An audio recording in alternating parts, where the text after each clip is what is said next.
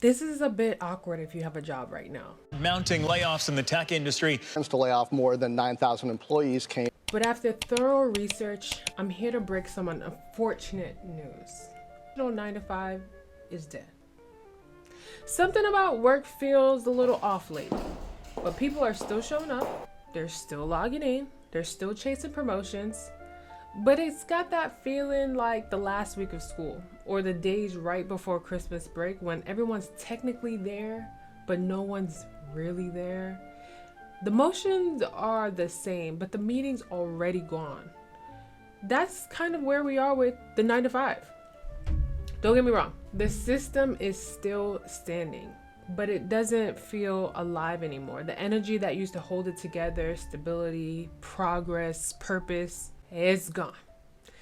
There used to be this promise: if you work hard, stay loyal, follow the rules, boys and girls, you'll be fine. You'll have a place. No layoffs. But now, even the people who did everything right, they're realizing, well, that's just not going to hold up for us anymore. And maybe that's what this moment really is. Not a rebellion against work, but that quiet realization that something's ending, it's changing, and we're showing up to a system that doesn't quite know it's over yet.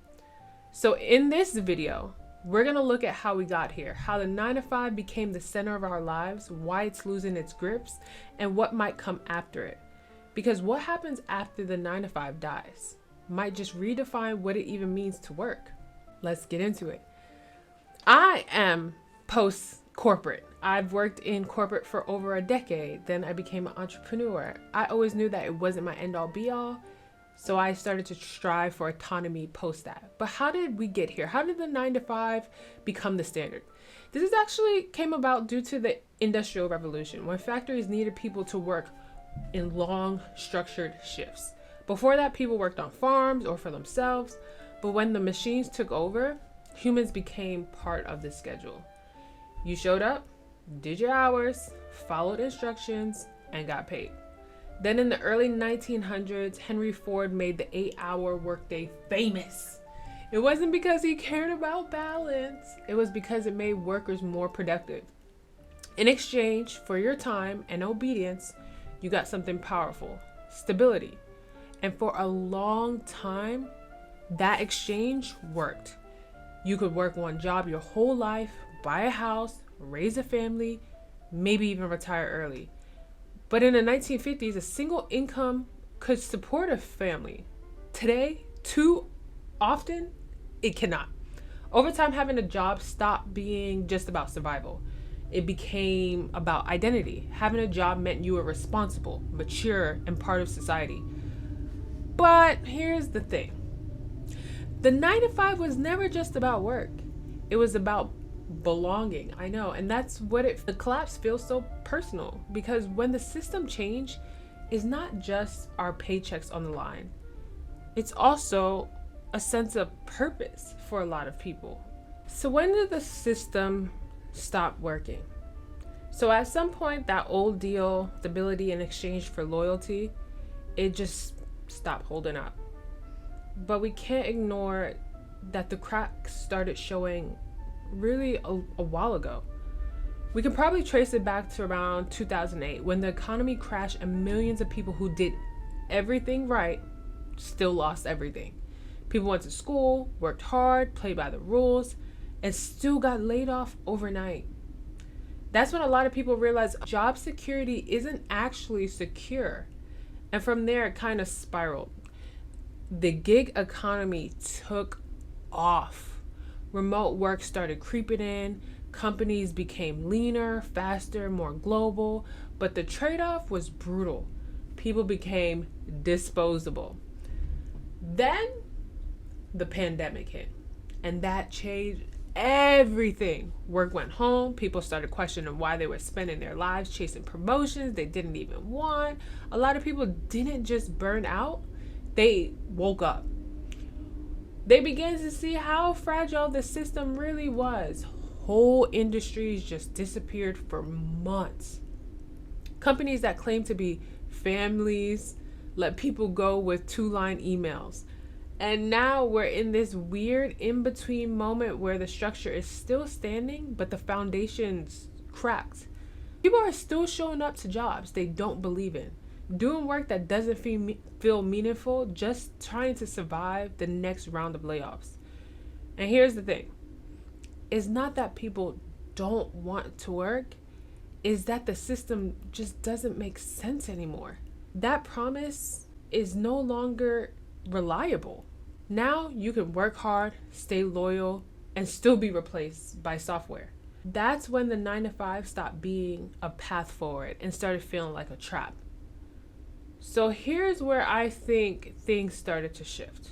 For decades, people talked about climbing the ladder.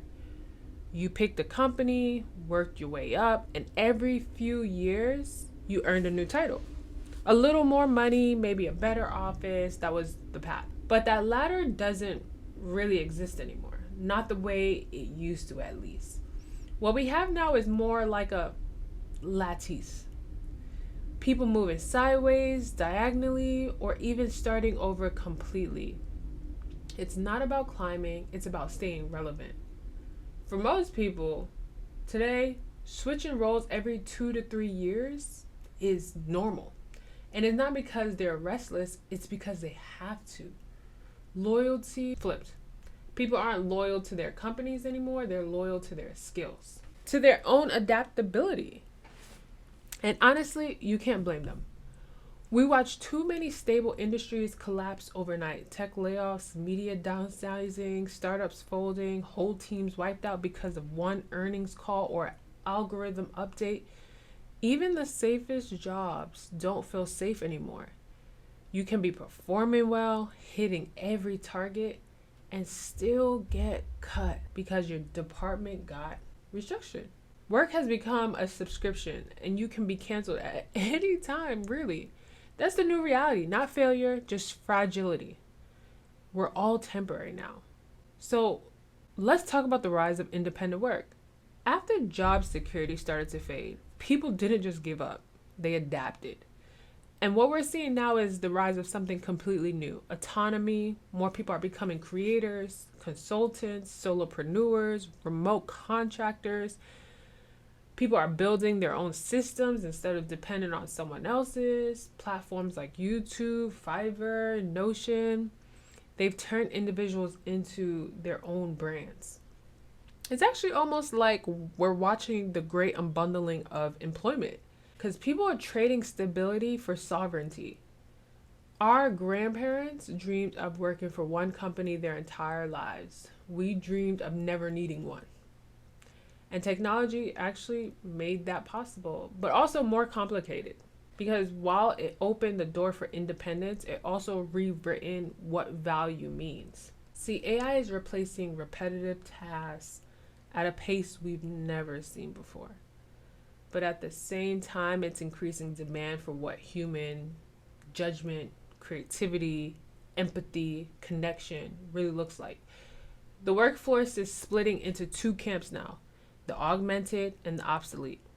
Those who learn to work with the machines and those replaced by them. According to IMF, about 60% of jobs are now exposed to AI. But here's the nuance. Less than half are actually at risk. That means it's not about losing all the jobs, it's about losing control over who decides what's worth keeping. So the real question isn't, will AI take our jobs? It's, who will AI take them for? Because what's emerging now isn't just a work divide, it's a power divide. The new class line isn't rich versus poor anymore, it's automated versus irreplaceable. So the main question becomes, what comes after employment? What's of the future? So to me, what happens after the 9 to 5 dies, I don't think the future looks like unemployment. I think it looks like a new kind of reinvention. People are already starting to build these hybrid, co-separate lives. You'll see somebody who's part creator, part freelancer, part investor, blending income streams, identities, and passions into one life that doesn't fit a single title. The system is slowly bending towards flexibility. Universal based income programs are being tested in small cities around the world. And we've talked about this because governments are experimenting with automation taxes. Communities are truly beginning to ask, what if technology covered survival and humans focused on contribution? And maybe that's the direction we're headed. The future of work might not look like work at all. It might look like contribution, creation, problem solving, not clocking in, but showing up where you're needed, where you add value, where your skills still matter. I think we're moving towards a world where identity comes from ownership, not employment. That looks like where your output, your adaptability, your perspective, those things become your currency. So if you're wondering how to prepare, for me, I would start there. Own your skills. Diversify your value. Learn how to build systems that work for you, not just around you. Because the people who would thrive in this next chapter aren't the ones with the most security.